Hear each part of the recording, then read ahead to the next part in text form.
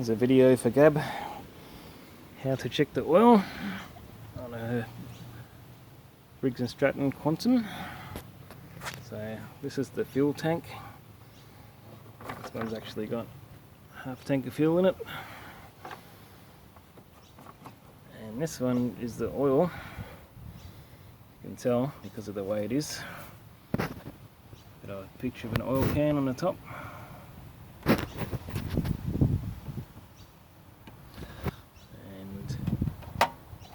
Just twist it 90 degrees and it's got a mark on it that says full.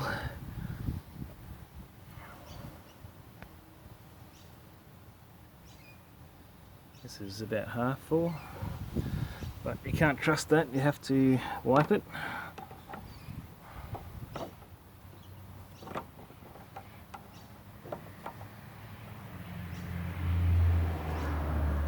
It actually was on the ad mark. And put it down again, lock it down just to make sure, bring it back up, and look, there's empty, there's nothing on it at all. So it showed some oil in it first, but when I wiped it, it showed us empty. So that's a trap. Bit of a trap that. Sometimes you think it's got oil in it, but it's because you tipped the mower up. So when they're fully empty, they take 600 mils. So I'll put that in now. And this is a 1 litre container I just put it in.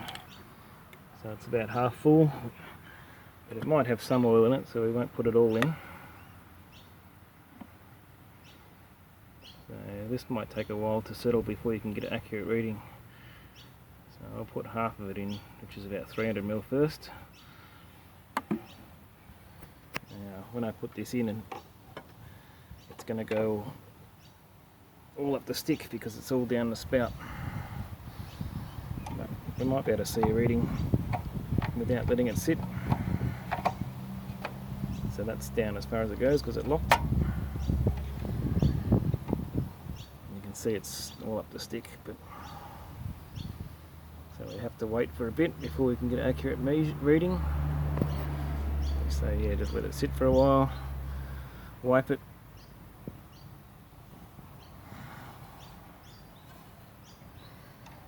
put it down again,